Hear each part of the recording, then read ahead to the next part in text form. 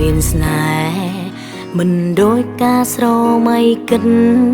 ស្រឡាញ់មនុស្សម្នាក់នៅលាក់បាំងបិទចិត្តកំសាក់មិនហានខ្លាថ្ងៃចង់ប្រាប់ពីស្នេហ៍ថ្ងៃបងណែនាំសង្សារហើយអូនជាមិនល្អកំដរទីប្រឹក្សាដឹងចិត្តគ្នាច្បាំងដូចថ្ងៃដឹងទេថាមិនម្នាក់នេះខូចចិត្តអន់ចិត្តនឹងថ្លៃស្រីមានរបាំងមកលៀងទឹកភ្នែកមើលមិនឃើ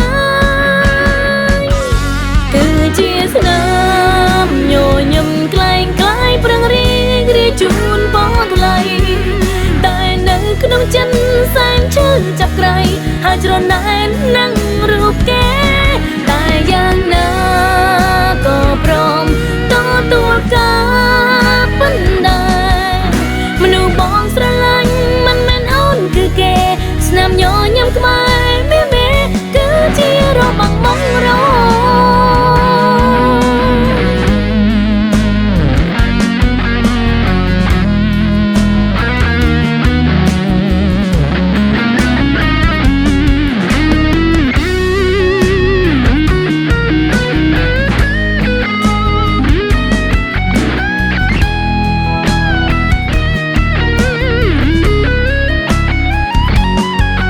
ដឹងទេ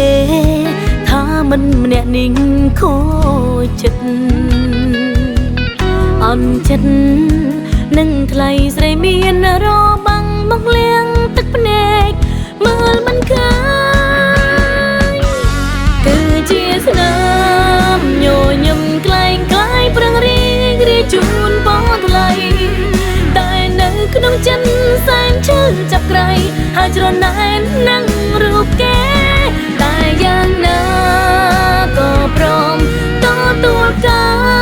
រប៉ុន្តែមនុស្សបងស្រឡាញ់មិនមែនអូនគឺគេស្នាមញញឹមខ្មែរមេគឺជាស្នាមញញឹមក្លែងក្លាយប្រឹងរីករាយជូនបងថ្លៃ